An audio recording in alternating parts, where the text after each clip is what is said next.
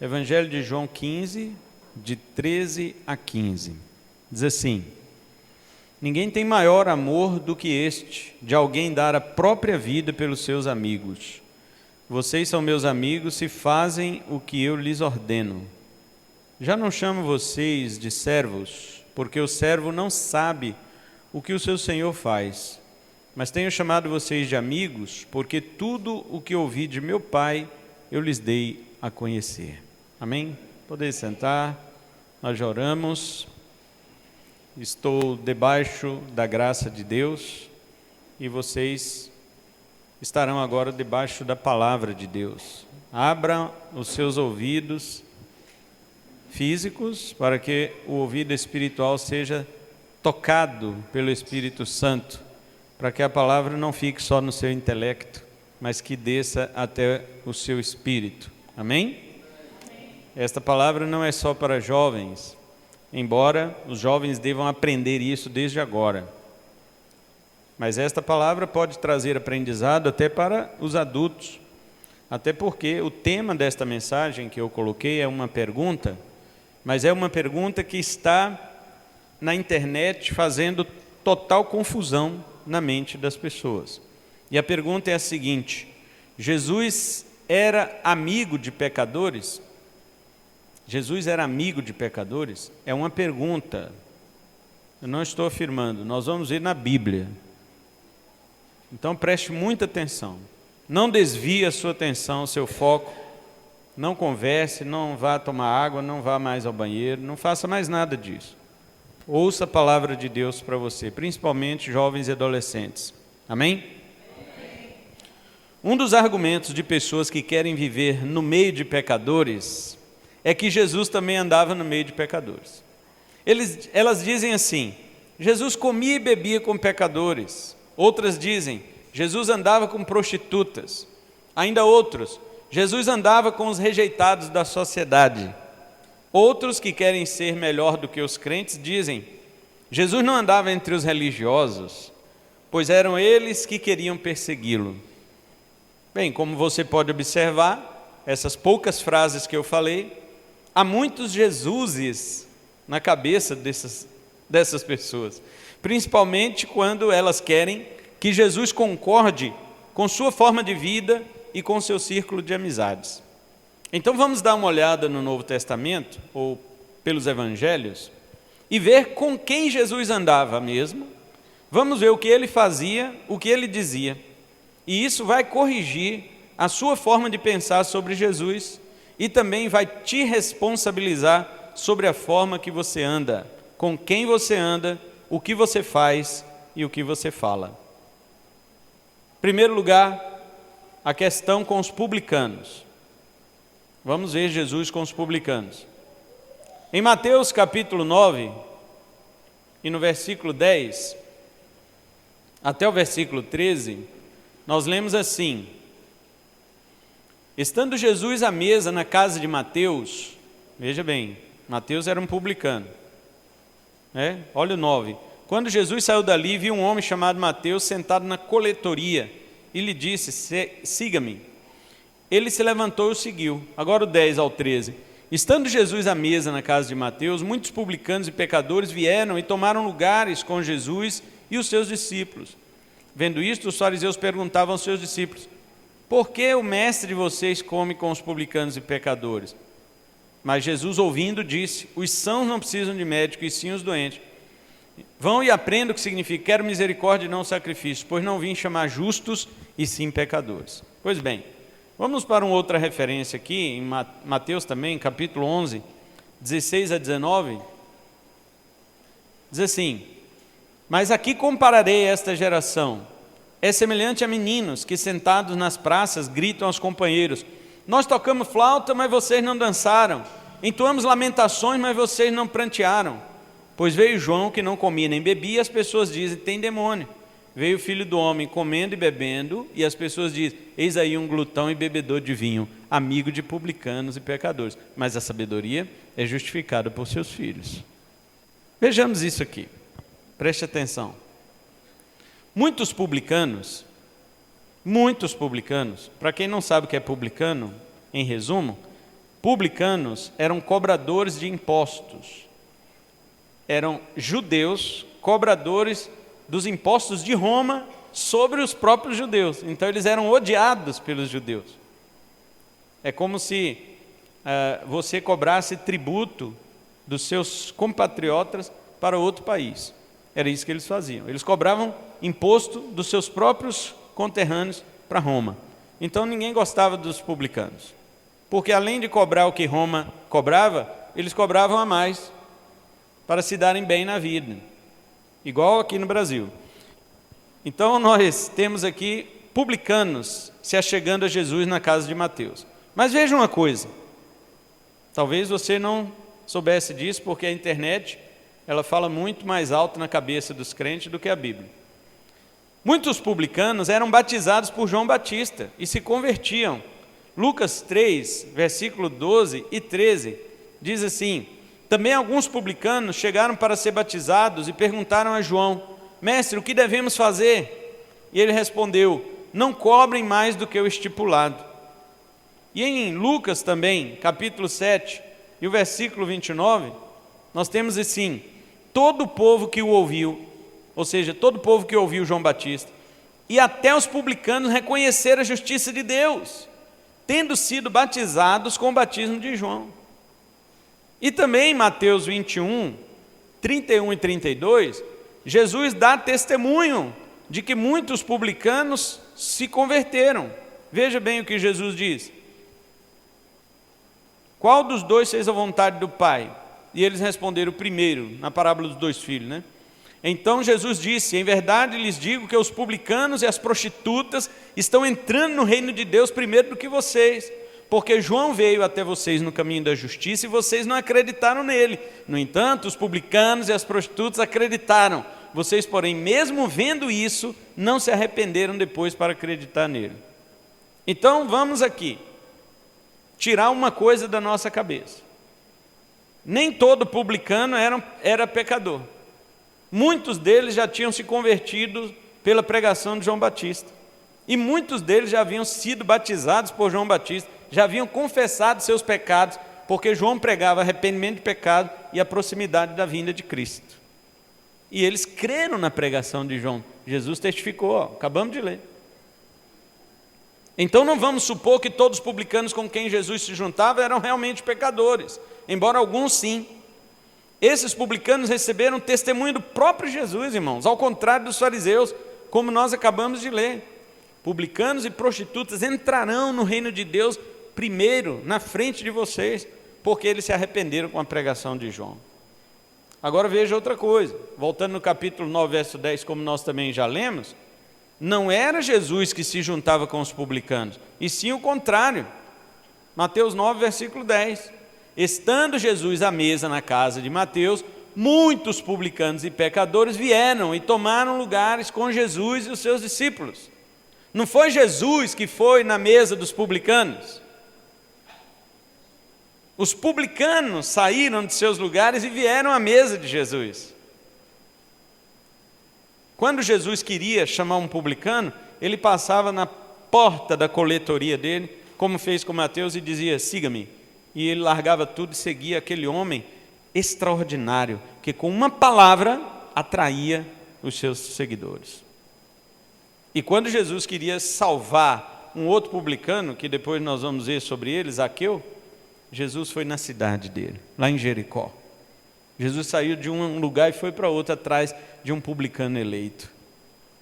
Mas no demais eram os publicanos que vinham atrás de Jesus. Não era Jesus que andava com publicanos. Entende a diferença? Agora, qual que era o motivo que levava esses publicanos a se aproximarem de Jesus? Vamos para Lucas de novo, capítulo 15, e o versículo 1 diz assim: aproximavam de Jesus todos os publicanos e pecadores para o ouvir.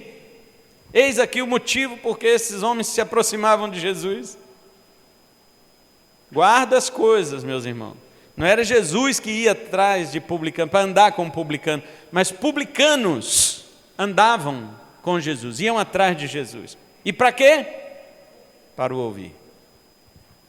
Então, sobre isso, você jovem, Você, irmão, irmã, deveria se perguntar: são os pecadores que se chegam a você ou é você que se aproxima deles?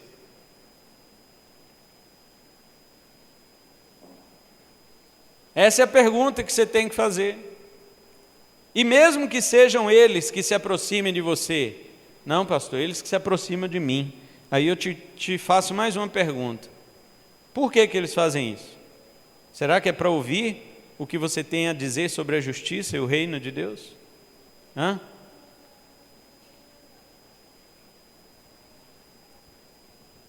Agora vejamos que Jesus, ele não era amigo de publicanos, mas a sua geração o acusava disso.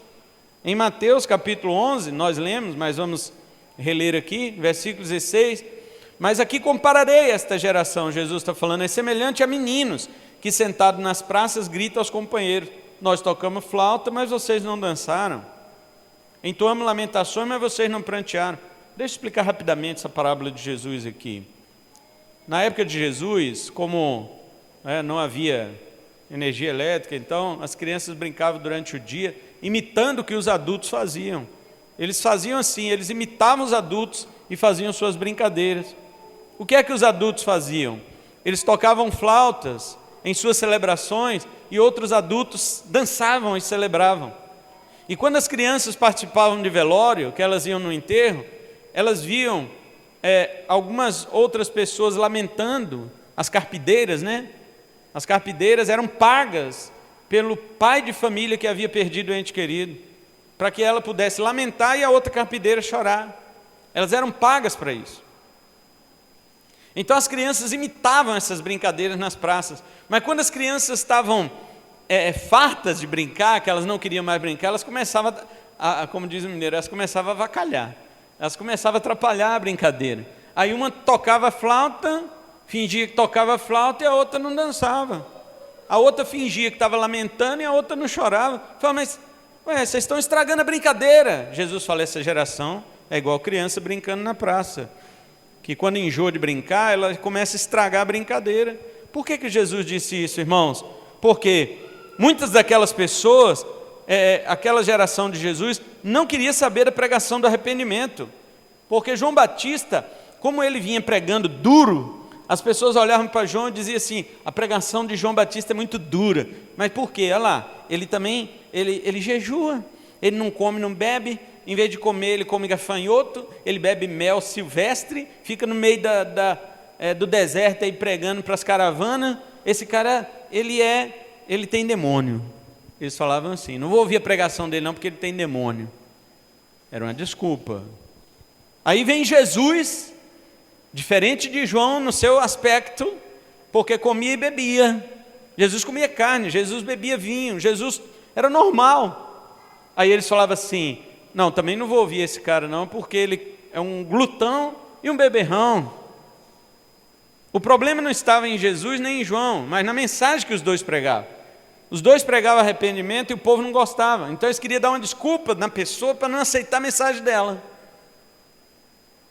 A mesma coisa de você estar me ouvindo pregar aqui e falar assim, não vou ouvir o pastor Cleilson não, porque ele está com gola de padre. Você está dando uma desculpa contra a mensagem, mas você está tentando achar desculpa no pregador. A geração de Jesus fazia isso, rejeitava João por causa da mensagem, mas queria dar uma desculpa em cima de João, para dizer que a culpa era dele, é porque ele veste roupa de camelo. Se ele vestisse roupa normal, acho que eu ouvia ele pregar. Aí vem Jesus vestindo roupa normal e prega a mesma coisa de João. Não, é porque ele come muita carne. Aí não dá para ouvir ele também não. E assim, qualquer um que chegasse pregando o que Jesus e João pregavam, eles iam aumentando suas desculpas para não aceitar. Por isso Jesus comparou essa geração desta forma. Mas as pessoas que acusavam Jesus, olha o que eles dizem no verso 19. Veio o Filho do Homem comendo e bebendo, e as pessoas dizem, eis aí um glutão e bebedor de vinho, amigo de publicanos e pecadores. Era Jesus que era amigo de publicanos e pecadores? Não, eram as pessoas que acusavam Jesus de ser glutão. Jesus era glutão? Não, gula é pecado, Jesus nunca pecou. Beberrão, irmãos, bebedice é pecado, Jesus nunca pecou. amigo de publicano e pecador, você vai acreditar nessa parte se você não acredita na primeira? Na acusação de glutão e beberrão você não acredita. Agora você vai acreditar que Jesus era amigo de publicanos e pecadores? Se venha das mesmas pessoas essa acusação, era um pretexto para rejeitar a mensagem de Jesus. Portanto, as pessoas é que acusavam Jesus de ser amigo deles, não que realmente ele fosse. A questão não estava com João nem com Jesus, mas sim nas suas palavras. E qual foi a resposta de Jesus? Final do versículo, ele diz assim: mas a sabedoria é justificada por seus filhos. O que é isso? Vamos lá, presta atenção para você entender. Jesus falava muita parábola, fica ligado. A sabedoria é justificada por seus filhos. Jesus está dizendo: meu comportamento é justificado pelos frutos que eu dou. A forma que eu vivo ganha almas, e essas almas que eu ganho justificam o meu comportamento. É isso que Jesus está dizendo. Sabedoria aqui é o comportamento de Jesus e o comportamento de João. E os filhos da sabedoria eram os resultados, eram pessoas que se convertiam ao Senhor. Então, Jesus está dizendo assim: mesmo que houvesse publicanos junto com ele, e mesmo que eles estivessem juntos, eles seriam, os publicanos, filhos da sabedoria de Jesus, porque eles seriam resultado dessa prática de Jesus de pregar para eles e eles se converterem. E esse resultado era exatamente isto: publicanos convertidos, como Mateus e como Zaqueu e como muitos outros publicanos. João Batista ganhou muitos publicanos para Cristo, e Cristo ganhou muitos publicanos para si também. Então, esses são os frutos de sua sabedoria. Ou seja, no dia do juízo, os judeus vão... eu não aceitei João Batista porque ele era esquisito. Tá, mas muitos publicanos aceitaram. Outros judeus vão dizer: eu não aceitei Jesus porque ele era meio comilão, ele comia, bebia vinho. Mas ele também ganhou muitos publicanos. Então a questão não estava no comportamento verdadeiramente, e sim na mensagem. No entanto, a mensagem ganhou filhos. A sabedoria gerou filhos. E eu pergunto para você, jovem: na sua amizade, a sua sabedoria com os seus amigos gera filhos para Deus?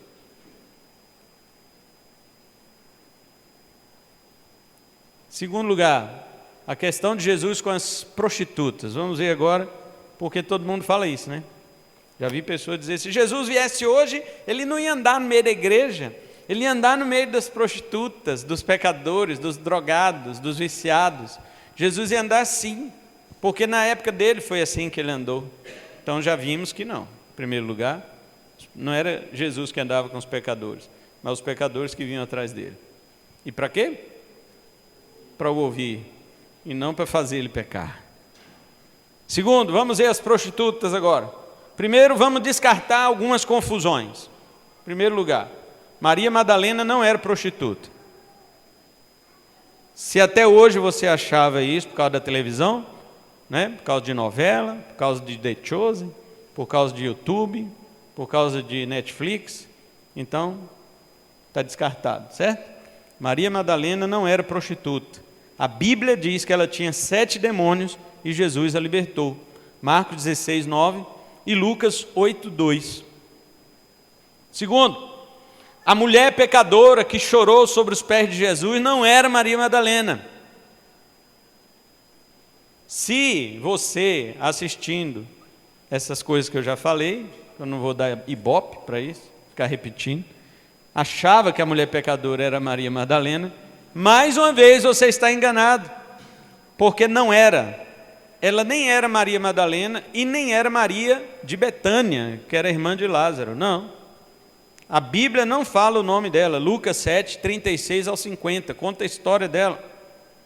Terceiro, a mulher adúltera de João 8 também não era Maria Madalena, coitada. Todo mundo põe Maria Madalena em tudo quanto é mulher prostituta e adúltera que tem na Bíblia. Não, nenhum momento a Bíblia diz. A Bíblia diz 2 vezes que ela era endemoniada e Jesus a libertou. Pronto. A mulher adúltera de João 8 também não era Maria de Betânia. A Bíblia também não fala o seu nome. E também não era a mulher de Lucas 7. Quarto, a mulher do poço de Jacó era samaritana e não prostituta. João 4. Então, já que eliminamos aqui o caso de Maria Madalena, vamos ver os demais casos. Primeiro, a mulher pecadora foi ao encontro de Jesus na casa de Simão, e não foi Jesus que foi atrás da mulher pecadora, em Lucas 7.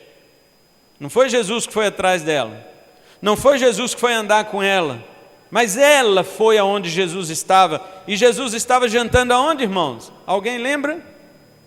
Alguém lembra onde Jesus estava jantando, irmão? Na casa de quem? Eu já falei que era uma casa, você nem sabia que era, você achou que era restaurante.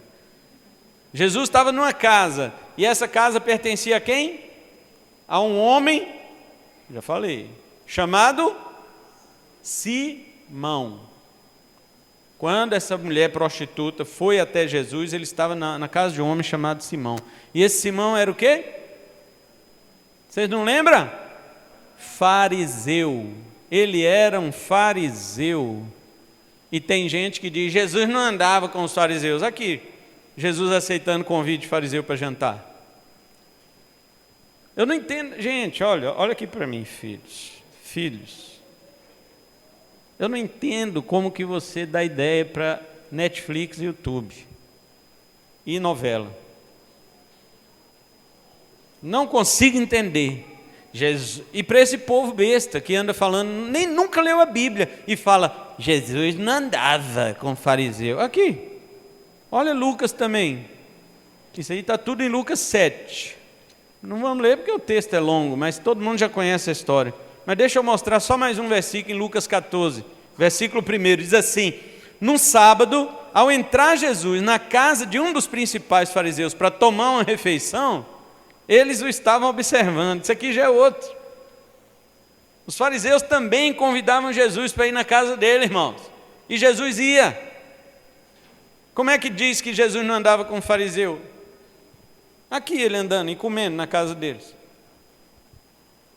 E não foi Jesus que foi atrás da mulher prostituta. Ela que foi, entrou na casa de Simão fariseu e fez tudo aquilo, como nós lemos em Lucas 7, a partir do 36. Ou seja, primeiro, ela estava arrependida dos seus pecados, está certo? Ela não procurou Jesus para ele pagar serviço para ela. Ela procurou porque ela estava arrependida de seus pecados. E ela chorou. Ela demonstrou isso chorando sobre os pés de Jesus, derramando perfume sobre os pés de Jesus e secando os pés de Jesus com seus cabelos. E Jesus perdoou os seus pecados, Lucas 7, 47 e 48. Além disso, ele salvou aquela mulher, enquanto os demais não criam que Jesus podia perdoar pecados, como dizia o verso 49 em Lucas 7, ela creu e recebeu a salvação, versículo 50. Então, primeiro caso, a mulher adúltera recebeu a salvação, a mulher prostituta recebeu a salvação. Foi perdoada e foi salva. E não foi Jesus que procurou, foi ela que foi. Não era Jesus que andava com ela. Segundo caso, a mulher adúltera de João 8, ela não andava com Jesus. Os inimigos de Jesus é que a levaram até ele. João 8, versículo 3. Vejam. Apesar dela ser realmente uma pecadora, ela não foi pega no flagrante adultério como eles falaram, versículo 4. Era mentira dos escribas e fariseus, do versículo 6, era mentira deles. Por quê? Eles falavam, Senhor, essa mulher foi pega em flagrante adultério.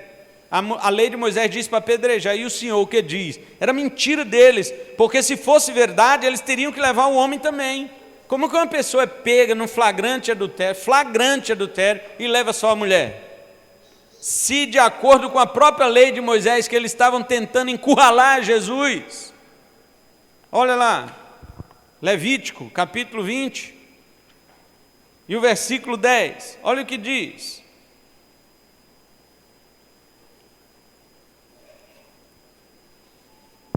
Se um homem adulterar com a mulher do seu próximo, será morto adúltero e adúltera. Ambos. Ainda mais que eles foram pegos em flagrante, segundo os escribas e fariseus. Mas foi mesmo. Cadê o homem? Agora, o que Jesus fez com aquela mulher? Ele disse, vai-te, verso 11, João 8, 11. E deu mais uma ordem para ela, não peques mais. Jesus não chamou ela para segui-lo, irmãos.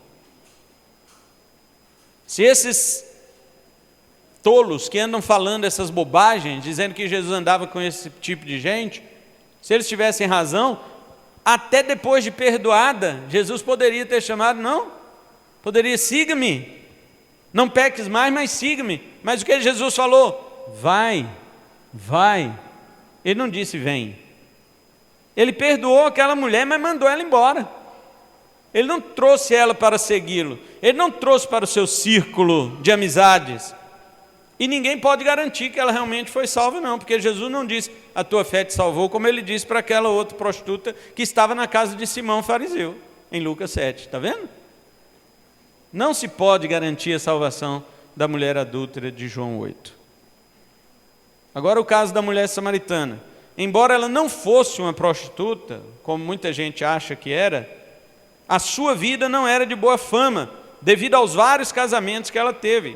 Claro, se nós formos levar esses casamentos, sendo literal, né? Há algumas interpretações que dizem que o casamento dela era casamentos religiosos, tipo o relacionamento dela com os deuses de Samaria. E os deuses de Samaria estão descritos lá em 2º livro de Reis, capítulo 17. Eu já ouvi essa interpretação, até comentei com o pastor Heber, meu irmão, comentei com o presbítero Wesley também, né? E assim, Jesus falou, já tiveste 5 maridos. E ali em 2º Reis 17 tem uma lista de 5 deuses que foram introduzidos na cidade de Samaria.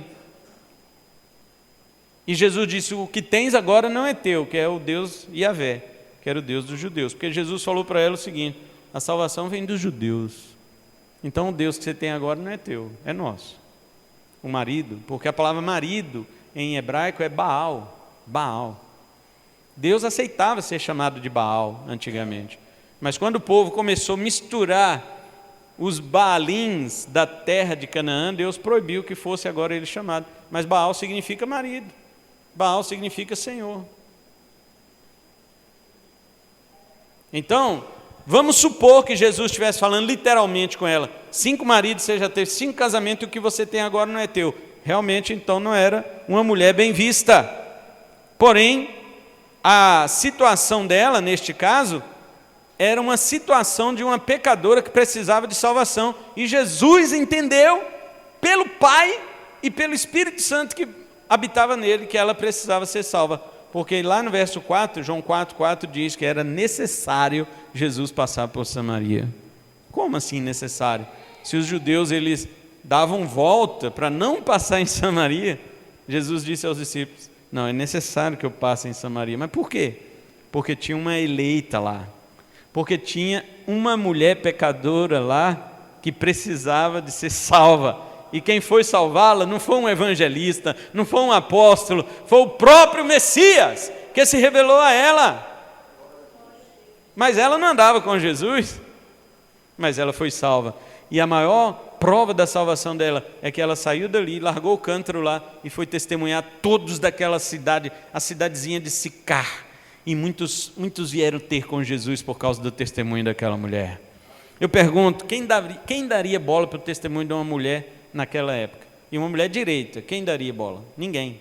Ainda mais o tipo dela, ninguém daria. Mas por que eles deram atenção para o testemunho dela? Porque aquela mulher foi transformada. Quem pregou na cidade de Sicar não foi a mulher samaritana que Jesus encontrou no poço, não. Foi outra, foi a que ele deu água de beber para ela. Foi ela que foi lá pregar. E aqueles homens então creram na mensagem dela. Então Jesus não andava com prostitutas. Ele garantiu que as arrependidas entrariam no reino do céu, mas não todas elas, como estão dizendo por aí, inclusive o senhor Ed René Kivitz. Terceiro, lições da vida de Jesus em termos de amizade. Primeiro lugar, em lugar algum Jesus se reuniu com pessoas de mau caráter para ser ofuscado por elas, ou fazer o que elas faziam, ou sequer ignorar o que elas faziam. Não, Jesus de forma nenhuma se reunia com pecadores para ser ofuscado por eles. Nunca. Nunca. Preste atenção, irmãos. Mesmo Jesus, no dia da sua morte, sendo acusado falsamente, injustamente, pelos judeus diante de Pilatos, o que Pilatos disse quando olhou para Jesus? Não vejo nele crime algum, não vejo nele pecado algum. O próprio Pilatos, que não era nem judeu, ele olhou para o Cordeiro de Deus e não viu defeito, enquanto os sacerdotes que deveriam olhar para o Cordeiro e não ver defeito, começaram a acusar o Cordeiro de Deus de ter mancha. E Pilatos, que era um gentil, ele olhou para o Cordeiro de Deus e falou: mas é limpo este homem. Ali Jesus ficou calado. Mas mesmo assim, irmãos, Jesus ficando calado diante de Pilatos não ofuscou seu brilho, porque Pilatos viu nele a pureza e a inocência. Agora, toda vez no ministério de Jesus que ele se reunia com várias pessoas, ele era protagonista. Jesus era protagonista. Não como diz o The Chosen, né? No encontro de Jesus com a mulher samaritana, Jesus pediu desculpa para ela. Quando ela fala assim: como você, sendo homem judeu, pede de beber uma mulher samaritana? Ele: desculpa, foi mal. Ele fala assim no The Chosen. Como assim? Jesus pedindo desculpa. Está vendo? Então, essas coisas, quando aconteciam de Jesus estar no meio das pessoas, ele era o protagonista. A sua palavra era melhor, a sua ação era pregar o evangelho. Ele trazia pessoas do pecado para Deus. Ele não mantinha estas pessoas em seus pecados, não, meus irmãos. Você pode observar isso em Lucas 14, versículo 7, versículo 12 e 15. Bom, podemos multiplicar exemplos aqui da palavra de Deus. Diz assim, Lucas 14, 7. Reparando como os convidados escolhiam os primeiros lugares, Jesus contou uma parábola. Verso 12. Depois Jesus disse ao que o havia convidado, o fariseu que havia convidado: quando você der um jantar ou uma ceia, não convide seus amigos, nem seus irmãos, nem seus parentes, nem seus vizinhos ricos, para não acontecer que eles retribuam o convite e você seja recompensado. Olha, Jesus estragando a festa do cara que convidou ele. Está vendo? Jesus, ele era convidado para festas, para jantares, para ceia, ele ia, mas chegava lá, ele era o protagonista. Chegava lá, as pessoas tinham que ouvir o que ele tinha a dizer. A não ser quando o ministério dele ainda não tinha começado, como foi o casamento em Caná da Galileia, onde acabou o vinho, ele ficou quieto. A mãe procurou e disse: olha, acabou o vinho. Ele: mulher, que eu tenho contigo, minha hora não é chegada. Jesus sabia tudo que o pai tinha para ele. A minha hora é essa aqui não é. Está vendo, jovem? Você tem amizade com pessoas, você já perguntou, o pai aprova essa amizade? O que eu estou falando com essas pessoas, que eu tenho amizade, são coisas que realmente trazem essas pessoas para um confronto de suas consciências? Ficaria aqui a noite inteira mostrando quantas vezes Jesus contestava as pessoas em seus erros, mesmo parecendo falta de educação. Como que você trata o seu anfitrião desse jeito? Jesus é convidado por um homem para jantar lá, e quando chega na janta, ele come, enche a barriga e depois fala: ó, quando você convidar pessoas para jantar, não convida rico e gente da sua família não, que eles podem te retribuir. Chama os pobres, porque eles não têm como retribuir, você terá uma recompensa no céu. Olha a mensagem de Jesus. Ou seja, faça as coisas sem esperar o retorno, mas faça como se estivesse fazendo para o próprio Jesus. Agora, por que Jesus não reclamou que chamou ele? Porque é certo sempre você chamar Jesus para as suas festas. É certo sempre você chamar Jesus para as suas amizades. Jesus nunca vai reclamar disso. O dia que Maria, agora sim, Maria de Betânia quebrou o perfume dela e jogou aos pés de Jesus, os discípulos ficaram irritados. Como pode desperdiçar tanto dinheiro assim? Podia dar aos pobres. Jesus falou: deixa os pobres para depois, o negócio sou eu que tenho que ser adorado. Jesus era protagonista, irmãos. Então não vou ficar o tempo todo mostrando, mas para encerrar, apesar disso, tudo que eu já falei aqui, provando que Jesus não andava com publicanos, não andava com pecadores e nem andava com prostitutas. Apesar disso, Jesus nunca discriminou quem quisesse andar atrás dele. Nunca, ainda que os motivos destas pessoas não fossem motivos espirituais. Por exemplo, mulheres seguiam Jesus. Mateus 25, 27, 55 fala que Havia muitas mulheres que seguiam a Jesus, que agora estavam vendo ele carregar a cruz, como nós vimos aqui na apresentação espetacular do Henrique e da sua esposa, irmã Josi. Lucas 8, de 1 a 3, fala que havia mulheres ricas que sustentavam o ministério de Jesus com ofertas, com dinheiro. Essas mulheres bancavam o ministério de Jesus com dinheiro, sustentavam Jesus. Inclusive tinha uma charada da minha esposa lá.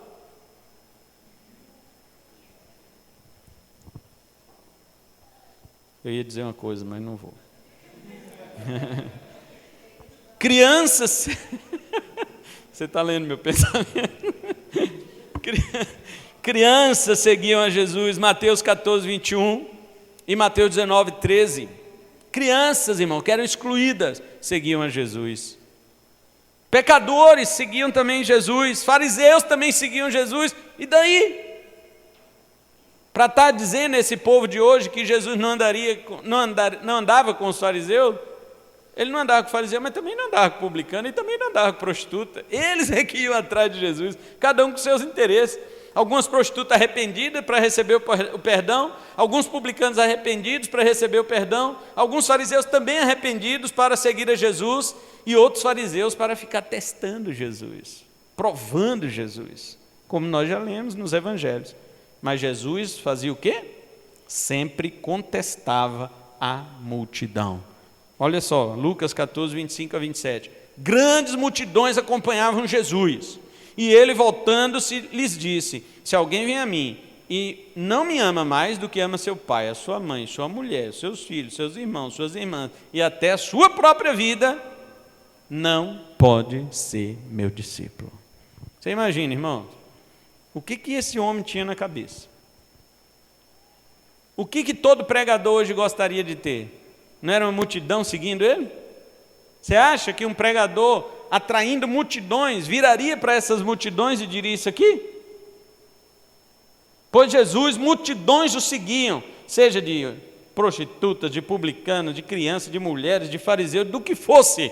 Ele virava para todos eles e dizia: se vocês dizem que me seguem, mas ainda amam seu próprio pai ou sua própria mãe mais do que a mim, seu próprio filho ou sua esposa mais do que a mim, pode ir embora daqui mesmo. Quem falaria isso? Somente alguém que sabia o que estava fazendo aqui, a vontade do Pai, salvar os seus eleitos. Jesus não estava nem aí para sustentar a amizade, não. Eu fico olhando jovens que dizem: pastor, mas se eu falar que eu sou crente, ele nunca mais vai vir perto de mim. E daí? Você está ganhando o que com ele? Ele te deu qual pedaço do céu? Se eu falar que sou crente, nunca mais que ele... E daí? É ele que sustenta sua vida? A irmã Vitória deu seu testemunho aqui, de como é, por saberem que ela é crente, desprezam ela na escola. E daí?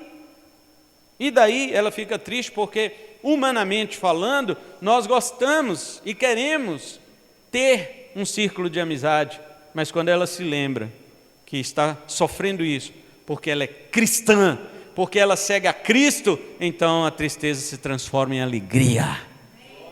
E é isso mesmo. Ainda que eu estivesse sozinho nesse mundo, Paulo disse: se Deus é por nós, quem será contra nós? Eu creio na Bíblia. Se a Bíblia diz que ninguém, então eu fico com a Bíblia. Então, queridos, o Evangelho de João registra muitos confrontos. Eu não vou citar, como eu disse. Agora, vou finalizar com o texto que eu li no início. Volte lá. João 15, 13. Jesus mostrou quem são realmente seus amigos. Agora preste atenção se você faz parte do círculo de amizade de Jesus. João 15, 13. Ninguém tem maior amor do que este, de alguém dar a própria vida pelos seus amigos. Em primeiro lugar, os verdadeiros amigos de Jesus são aqueles por quem ele deu a sua vida. Jesus deu a vida por você? Então você é amigo dele.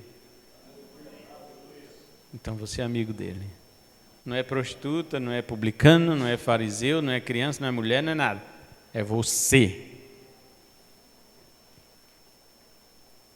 Ah, mas eu já fui uma prostituta. Ele deu a vida por você. Então seu passado ficou na cruz. E você foi perdoada. Ah, mas eu já fui um pecador, um ladrão, um roubador, um assassino, seja lá o que for. Ele morreu por você. Seu passado ficou na cruz. Você é amigo dele.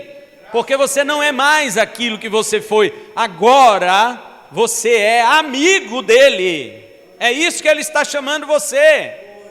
Dimas, o ex-ladrão que estava na cruz, ele estava ali até aquele momento também zombando de Jesus, junto com outro ladrão que estava ali à esquerda do Salvador. Mas depois ele viu que tinha algo diferente naquela crucificação. Aquele homem crucificado era justo. Aquele homem crucificado, ele pensou na mãe dele quando estava morrendo, e viu ela e disse para João: filho, eis aí tua mãe. Ou seja, cuida da minha mãe para mim. E a partir daquele dia, diz a Bíblia, o apóstolo João recebeu Maria em sua casa. Aquele ladrão contemplou e falou: quem pensa nos outros na hora de uma dor tão cruenta como esta? E Jesus, em dificuldade, levantava a cabeça na cruz e dizia: Pai, perdoa-lhes, porque eles não sabem o que fazem. E aquele ladrão dizia: quem é que perdoa os seus algozes? Jesus Cristo dizia: eu tenho sede. E quando davam ele para destruir com ele, dava vinagre misturado com mirra, vinho misturado com mirra, para ser um anestésico, para aliviar a sua dor. Ele provou e não quis beber, porque ele beberia o cálice da ira de Deus até a última gota por causa dos seus amigos, por quem ele estava morrendo. E aquele ladrão olhava aquelas coisas e dizia: quem rejeita anestésico numa dor dessa? Que homem é este? Meus queridos, Jesus disse: está consumado. E aquele homem pensou: o que é que está consumado? O que acabou? Este homem só pode ser o Rei dos Reis. Este homem só pode ser o Messias prometido. E disse para ele: Senhor, lembra-te de mim, porque eu e este homem estamos numa condição de merecimento. Nós estamos aqui porque merecemos. Nós somos pecadores. E diz para o outro: cale a tua boca, porque este justo nenhum mal fez. E Jesus disse: hoje estarás comigo no paraíso. É assim que Jesus trata os ladrões por quem ele morreu, como amigos. É assim que ele trata as prostitutas por quem ele morreu, como amigas, porque ele deu a sua vida por elas. Não todas, como dizem por aí, mas aquelas que demonstram isso, voltando-se arrependidas para ele. E assim como Dimas, também naquela cruz, suas pernas estavam pregadas, ele não podia caminhar para mais perto de Jesus. Seus braços estavam pregados, ele não podia abraçar Jesus, mas as suas palavras expressaram um coração que estava transformado pelo testemunho do Salvador naquele momento. E aquele homem convertido recebeu a promessa da vida eterna por ninguém menos que o próprio, que é a vida eterna. Então ele disse: vocês são meus amigos porque eu dei a minha vida por vocês. E ele não deu a vida por todos, você sabe disto. Agora ele especifica quem é o amigo dele, verso 14. Ele diz: vocês são meus amigos se fazem o que eu lhes ordeno. Você obedece Jesus? A prova de que você é amigo de Jesus é que você o obedece. Queridos, não pegue sua Bíblia para ler como uma obrigação, e jogue ela para lá, e ela fica lá, e você aqui continua vivendo sua vida. Pegue esta leitura que você fez e jogue ela para dentro de você, e vá viver lá fora aquilo que você leu. Isto é que é ser amigo de Jesus. É se fizer o que Ele manda, é se fizer o que Ele ordena. E não adianta, não é o contrário. Você vai dizer assim: então vou fazer o que Jesus ordena para eu ser amigo dele. Jesus está dizendo que não. Primeiro você é amigo dele, para depois você obedecê-lo. Porque ninguém pode se esforçar em obedecer o que ele mandou, se primeiro não for amigo dele, se primeiro ele não tiver morrido por você. Você só consegue obedecer a Jesus se ele tiver morrido por você. A sua obediência por Jesus, a sua obediência a Jesus, se ele não tiver morrido por você, é uma obediência pesada, é difícil. Mas se ele morreu por você, ela é fácil.